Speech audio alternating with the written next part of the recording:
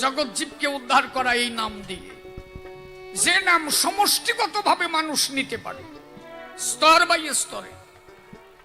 যুগ অনুপাতে যদি ব্যাখ্যা করি, সত্য যুগে মানুষের আয়ু বেশি ছিল, 10,000 বছর, কেউ বলে 1,00,000 বছর। ত্রেতা যুগে মানুষের আয়ু ছিল 10,000 বছর, কেউ বলে 5,000 বছর।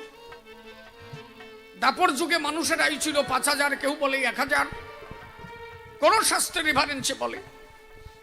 কলিতে মানুষের আয়ু 120 বছর, এখন তো কেউ 120 বাঁচে না, 60 বছরে কাত হয়ে পড়ে। তারপরে যদি ধরে স্ট্রোকে কেউ সরাত করে গুল্লি দেবে, ত্রাপ করে পড়িয়ে যাবে। 60ও নাই, 40ও নাই, 20ও নাই, কি।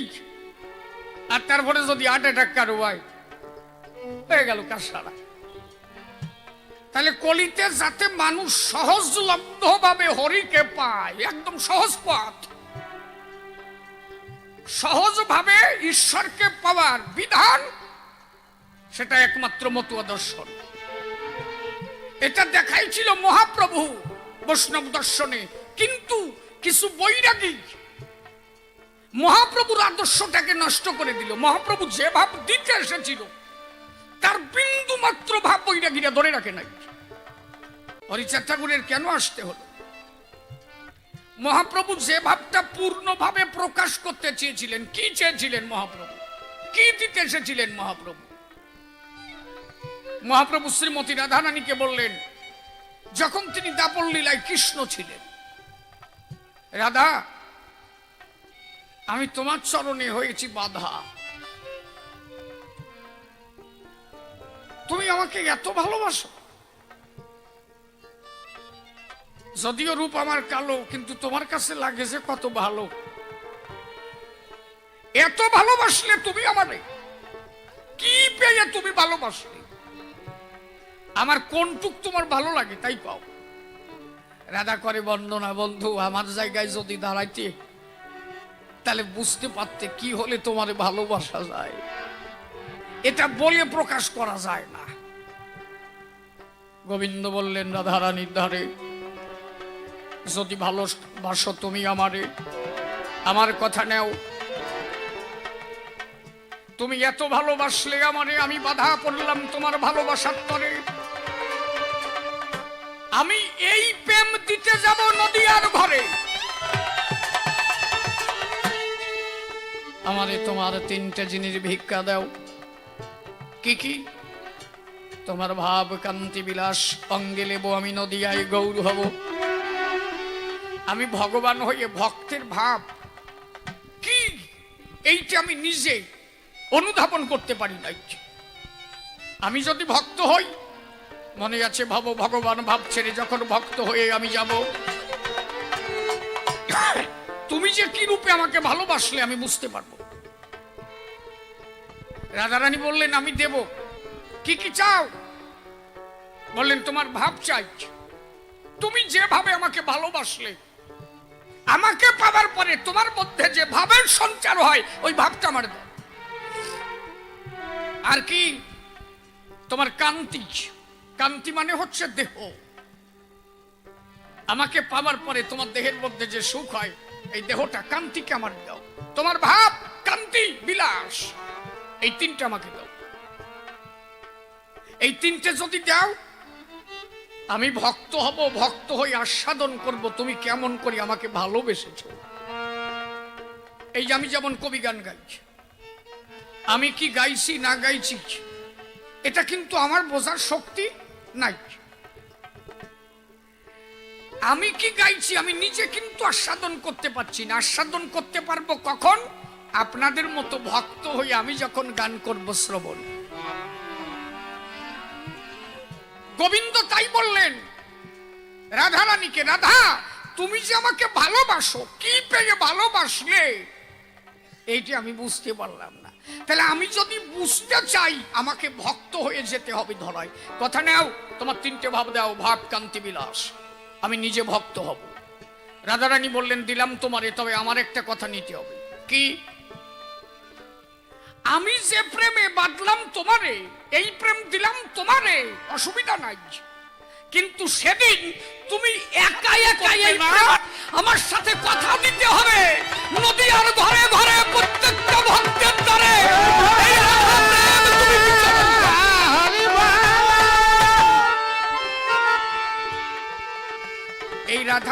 কি? এই প্রেম তোমার ভক্তের দাঁড়ে দাঁড়ে ঘুরে ঘুরে দিতে হবে। মহাপ্রভু বললেন তাই হবে। এই প্রেম দিতে মহাপ্রভু এসেছিলেন। তাহলে মহাপ্রভুর অবতীর্ণ হওয়ার পিছনে কারণ রাধা প্রেম বিতরিতে মহাপ্রভু এলেন জগতে। এইবার প্রেমটা ছিল কেমন?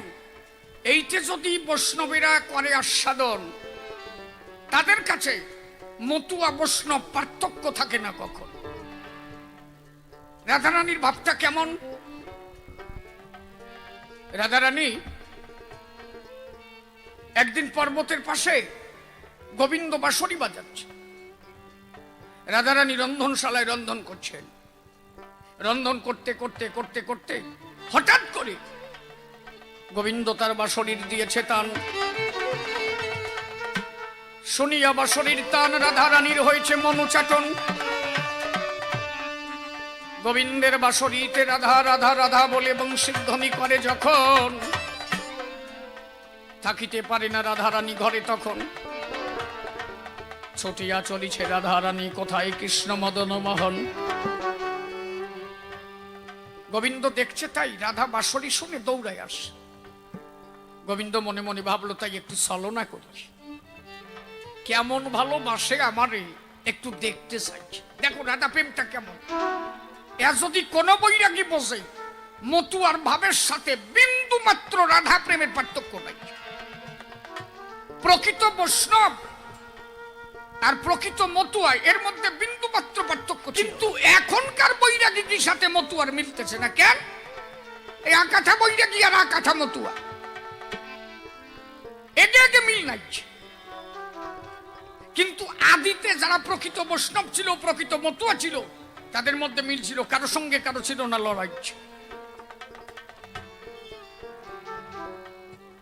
গোবিন্দ একটু ছলনা করলেন, গাছের আড়ালে দাঁড়ায় থাকলেন। এখন রাধারানী ওই বাঁশরি শুনতে পাচ্ছে, কিন্তু বন্ধুকে দেখতে পাচ্ছে না। বন্ধু বাঁশি বাজায় কোথায়? রাধারানী ধীরে ধীরে ধীরে ধীরে পর্বতের গহ্বরে উঠে যাচ্ছে। পর্বতের উপরে নিচে যে পর্বত আছে, পাহাড় আছে, খালি ভাবটা লক্ষ্য করতে হবে রাধার ভাবটা কি। নিচে যে পর্বত আছে, নিচে যে নদী আছে, নিচে যে সাগর আছে, নিচে যে আগুন আছে, এগুলো রাধার লক্ষ্য নাই। রাধার লক্ষ্যটা কি? আমার গোবিন্দ কোথায়, গোবিন্দ দর্শন করব। দেখেছো?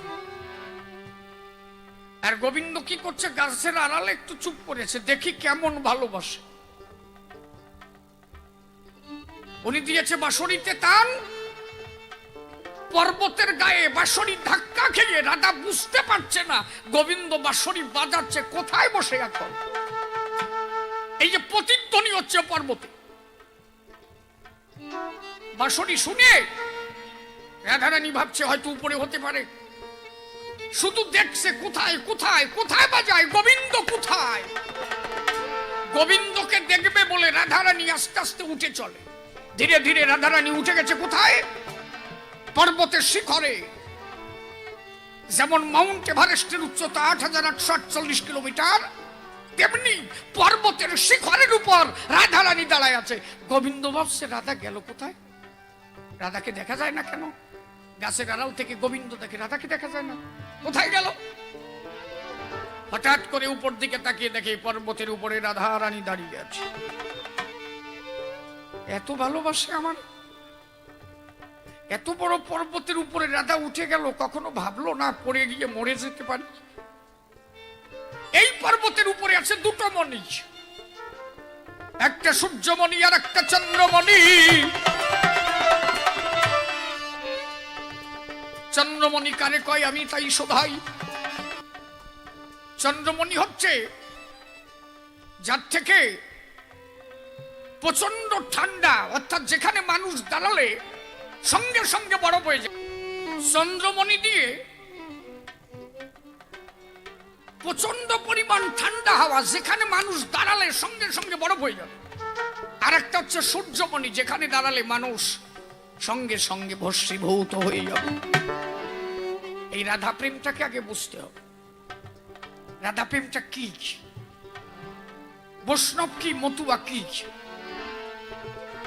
রাধারানী দাঁড়াইছে কোথায়? আগুনের উপরে, সূর্যমণির উপরে, যেখানে আগুন, আগুনের উপরে রাধারানী দাঁড়াই আছে। গোবিন্দ নিচের থেকে দেখছি, এক রাধা আগুনের উপরে। ওই আগুনের উপরে দাঁড়ায় রাধারানী চিন্তা করছে, কোথায় কোথায় গোবিন্দ, গোবিন্দ কোথায়?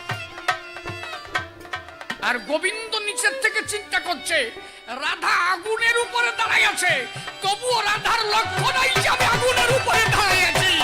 রাধারানীর লক্ষ্য আমি গোবিন্দ দর্শন করব। কোথায় আমার প্রাণ গোবিন্দ?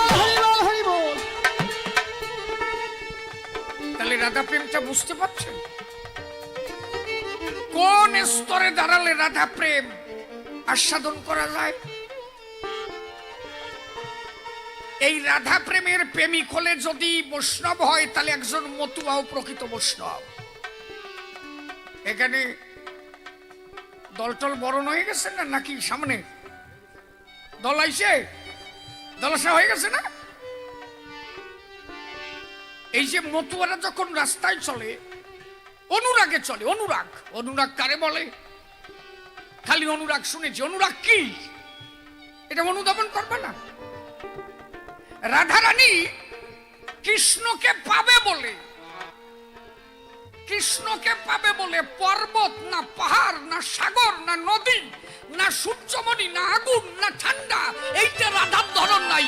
আমার গোবিন্দকে দেখতে হবে, আমি কোথায় দাঁড়াই আছি দেখার দরকার। আমার কথা বোঝা যাচ্ছে তো? হ্যাঁ, তাহলে কৃষ্ণকে পাবে বলে রাধা কোথায় দাঁড়ায় আছে? পর্বত আছে না নদী আছে না সাগর আছে? আস্তে, লক্ষ্য নাই। একে বলে অনুরাগ। আমি যাকে পাবো বলে কি আছে না আছে ঠিক নাই, নিরিখ যেন ওই দিক থাকে। মতুয়ারা যখন রাস্তায় চলে দেখো নাই? হ্যাঁ, নিষ্কাম অনুরাগের ঘরে।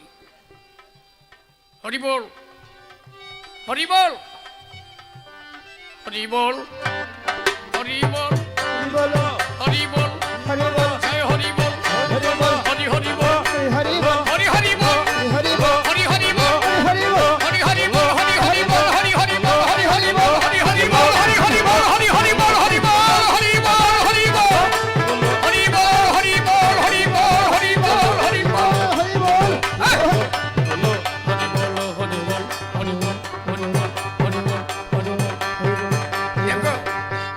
যখন মতুয়ারা আসতেছে, দেখা যাচ্ছে রাস্তায় কেউ পায়খানা করে রাখছে, কেউ প্রস্রাব করে রাখছে, কোথাও আবর্জনায় ভরা আছে, কোথাও জলে কাদা হয়ে গেছে। এই যে মতুয়ার দল যখন বরণ হয়েছে, যখন মতুয়ারা আসছে, নিচের দিকে কারো লক্ষ্য আছে? হ্যাঁ, ঠাকুরনগরের আশেপাশে পায়খানা প্রস্রাবে ভরা থাকে। সবাই ভাবে এরা এর মধ্যে যায় কি করে রে ভাই, ওই পায়খানা আছে না প্রস্রাব আছে, ওদের ওই দিকে লক্ষ্য নাই। এরা তখন রাধার মতো স্বভাব পায়। কেন? আমি শ্রীহরি দর্শন করব, পায়খানা প্রস্রাব না, পায়খানার মধ্যে গড়াগড়ি নাই, হরি দর্শন করতে হবে। দেখেছো, একটা রাধা ভাব হলে যদি বৈষ্ণব হয়, রাধা প্রেম হলে যদি মতুয়া হয়, সেই রাধা প্রেম যখন মানুষের মধ্যে জাগ্রত হয়, সে আগুনের পরে আছে না বরফের আছে না পায়খানা আছে না প্রস্রাব আছে, এই দিকে তার তখন কোনো লক্ষ্য থাকে না। তখন সে বিধি মার্গের উপরে পৌঁছায়, তার তখন বেদবিধি থাকে না।